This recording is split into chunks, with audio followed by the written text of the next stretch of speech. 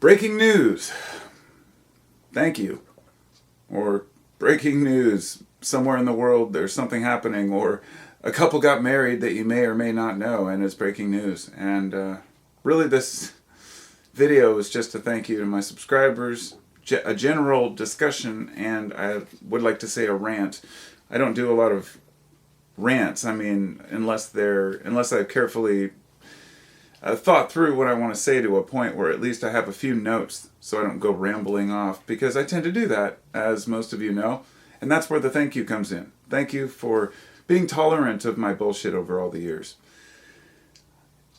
Whenever I talk about something like corruption or greed or, the problems of the world, let me just say that at least two out of three times I sit down to make a video like that, I don't make it. I usually get out my thoughts by either writing it down, if it's going to be a podcast or a blog, or by just taking notes and doing my research. And throughout the day, I might see an article that'll frustrate me. Oh no, cops kicked in somebody's door and killed them during a drug raid. Oh, it was the wrong house? Oh shit, that sucks. Oh wait, they're not going to pay the damages? Oh, bummer. Wait a minute, what do you mean there's qualified immunity? Which is a whole subject I wanted to talk about, but I've already made 2 podcasts about police and the police state, several videos, so it's hard to keep talking about these things because it seems like a pointless delving into the negative or the problems.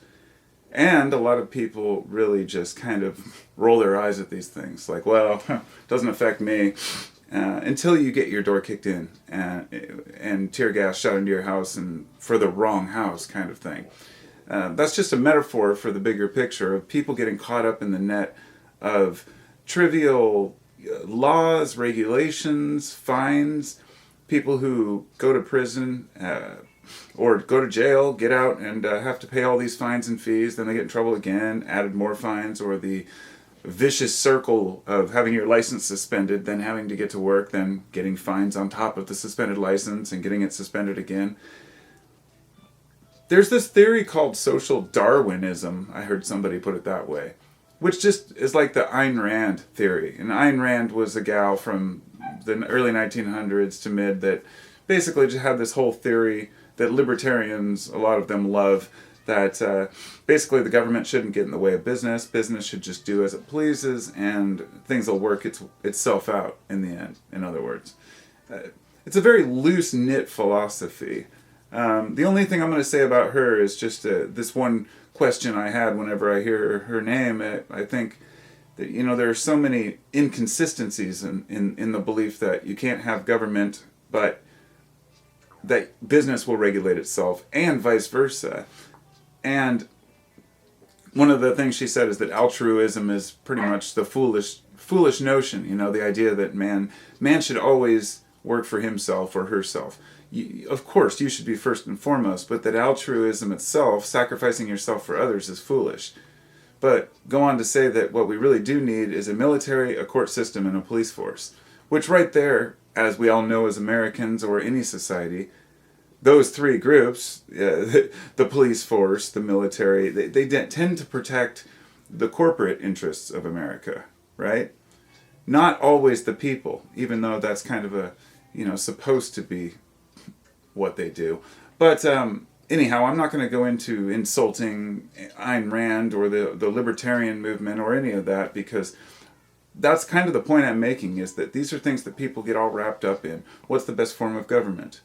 Or as Winston Churchill said, democracy is the worst form of government, except all the others that have been tried. And it's true. We are wrapped up in this whole this idea that we know what's best, and it's based on our very limited scope of understanding on our personal lives because of the lives we've lived as individuals. So, where am I going with this? Well, let me take billionaires, for example. They've made a fortune during the pandemic. It's ludicrous how much money they've made. And the rich just keep getting richer. Now there's guys like, for example, Bill Gates, which I know people who just hate Bill Gates and just think he's just the devil, a demon. I've always stood on the side of the fence that maybe he has good intentions, or did at the beginning. But the more you learn about the guy, You look at the way he worked during the early days of Microsoft. They basically cornered the market by stifling competition and buying people out. He wants to dominate. Well, fine. That's business, right? That's capitalism. That should be cheered on by anybody who's a capitalist. But then when a company gets too big or has too much money, then people start to take notice. And now you find out that he's buying up, all the farmland and agricultural businesses in other countries, and a lot of these countries are suffering because of these large corporations, agro-businesses that go over there and say, "Hey, look, we'll sell you the seeds for really cheap, and you just have to buy them from us." Of course, they're Monsanto Terminator seeds. You have to use Roundup and yada yada. You know the rest of the story. Or if you don't, let me just say, Roundup Ready crops eventually the pests become resistant to Roundup. And then what you're stuck is buying genetically modified seed every year because you're not allowed to grow seed from the previous year's crop. They have Terminator seeds, which basically you cannot grow new plants. And people like Bill Gates are buying into these things. And, beyond him and his old vaccine thing, and it's not just him. We got Bezos. That bald son of a bitch has so much money, it's ridiculous. People say, well, he should be paying his employees better, or he should be doing this for a charity. Maybe he is, maybe he isn't. I don't really care. My thing is, when are you going to slow down, bro? When are you going to say enough is enough? Because every business every $1 billion that is made by some rich son of a bitch is money lost from smaller ma and pa businesses.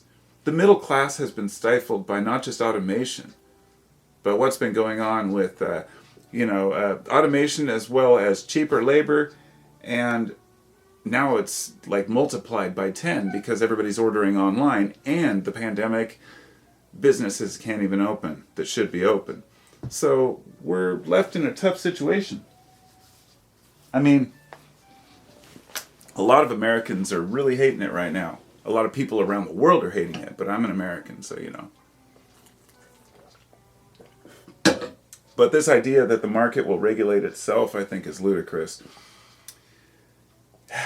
But there's a certain amount of regulation versus deregulation. And this is where people get into the argument of, look at Texas. Look what happened with Texas. That's the perfect example. Texas wanted their own power grid. They didn't want to buy into the rest of the grid. So what happens? 4 million people go without power. Oops. And this is going to continue to happen in places that, aren't prepared for that kind of stuff. But, it's almost like some of the billionaires out there, they want to take it all. But in the end, you're going to rule over ashes. It's more and more like 1984. You know what I mean?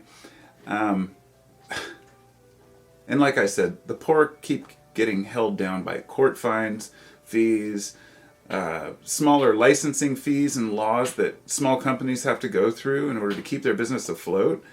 And the ultimate one, which, oh God, it's like so cringy to even talk about that because it could have its own video, which is the court system and lawyers and fines and fees. So if you get busted for something, you might think, oh, well, I'll just deny it or say I'm innocent. No, they want you to take a plea bargain, even if you're not guilty.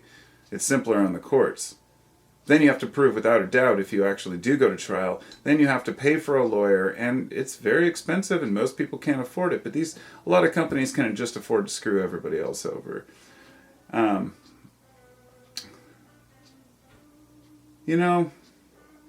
There's a lot of classism out there. I feel like, on the subject of Ayn Rand and this kind of theory that we don't need any government and that companies will regulate themselves. It's funny when we talk about altruism because, like I said, military and police forces are social programs which are paid for with tax dollars, and they tend to serve corporations more than the people. But it doesn't have to be that way. But the thing I was going to make, the point was, community was created by the people, right? The idea that we should all be out for ourselves and, screw the rest of humanity is really not conducive with what we see around us. People do care. People are altruistic. They do have an emotional connection to other people. Those who don't, may be sociopaths or psychopaths of not their choosing, but unfortunately for them, most other people do have a little bit of empathy for others, and it's not a weakness, it's a strength. It makes us care about each other. It's the reason we say thank you and please to people, not just courtesy so we can get something. A lot of psychologists like to believe that everything we do for selfish reasons. And even I've studied down to the point where even when we do kind things for others, it's to make ourselves feel good. Even though we go out and pick up litter at the park. My wife goes out and picks up litter on the highway. Those are things that, she even started a group for it. And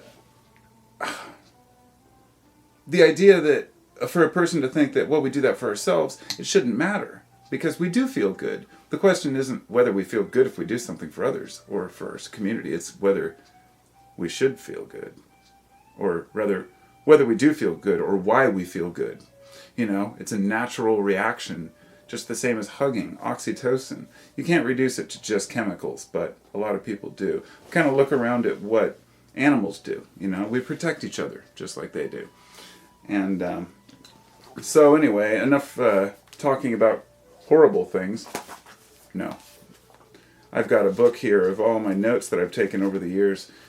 And I just picked it up off the shelf, and I was looking at some of my old thoughts, notes, science, outward appearance versus reality, Descartes, religion as a crutch, the enemy is desire, but needed too. And I started looking at these things thinking, what was I pondering at that time? Convergent evolution, fertile minds. And it's fun stuff to look back at your notes, but how to be a jerk. 10 notes on how to be a jerk. I made a video about that a long time ago, and I read those, I think. Looking back at your notes and taking and holding and creating a journal, a physical, something you can hold, is highly recommended if you want to, be able to process some of the kind of stuff that we all have to go through in life, and write down some of the things that we find important at the moment so we can look back and say, am I focused too much on the bullshit of the world? Because honestly, the breaking news doesn't matter. It never does. Ask yourself if any of the stories we see on the news even matter a week later, and of course we find they don't. So, anyhow, that's just my ramble for the moment, for the evening. I'm going to go because I have a podcast I want to do. Not a podcast, but rather a voice recording of a poem I wrote about society, which will sum it up a lot better. So maybe I'll upload that later too. Peace out. Thanks to my peeps. Thanks to my patrons. Thank you for your support. And I'm going to be posting some extras for the patrons on the page soon here. And also, thank you to my people who have been listening to my podcast, 15-Minute Free Thinking. And I'm not going to tell you to hit like and subscribe and all that bullshit. You know what to do. You're already here. I don't get new subscribers very often, so I know you're all my regulars, for the most part. And if you're not, welcome on board. Peace. Late.